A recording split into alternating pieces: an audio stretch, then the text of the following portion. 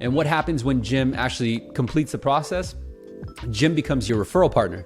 Jim becomes so pleased that he's going to write you a review, which you could share your review on your brand page. Jim is going to love you. So the next time that Jim can do another transaction that's going to positively change his life, he's not going to hesitate to do it with you again. So Jim now gets added to our book of business because we did every single thing right. And I didn't sit there and get all three from Jim. I didn't get rapport from Jim, leverage from Jim, and confidence for Jim in one phone call and then try to close them, because I'm still aware of the other important ingredients like decision making, right? Like, is Jim even the one who can make this decision? Is Jim married? I'm basically courteous enough and respectful enough to not put Jim in that position where he has to make a decision that he can get in trouble for, he could face the consequences for. Because what happens is, if you don't time your delivery right with Jim, all of that time and investment towards Jim's application is just going to go right down the drain. Because Jim don't know what you do.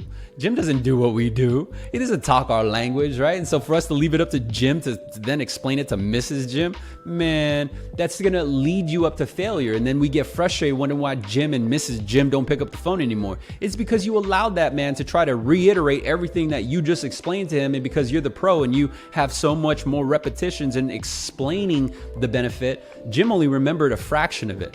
So Jim, when Jim tells his wife, he's not going to tell him exactly how you told it. So you got to be the one that do that, because the third ingredient, which is confidence, is needed at the point where you're communicating it to both decision makers, right?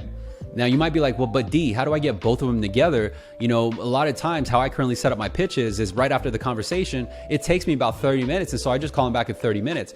Well, assess your current plan right now and figure out, man, if that's not working, then there's a reason.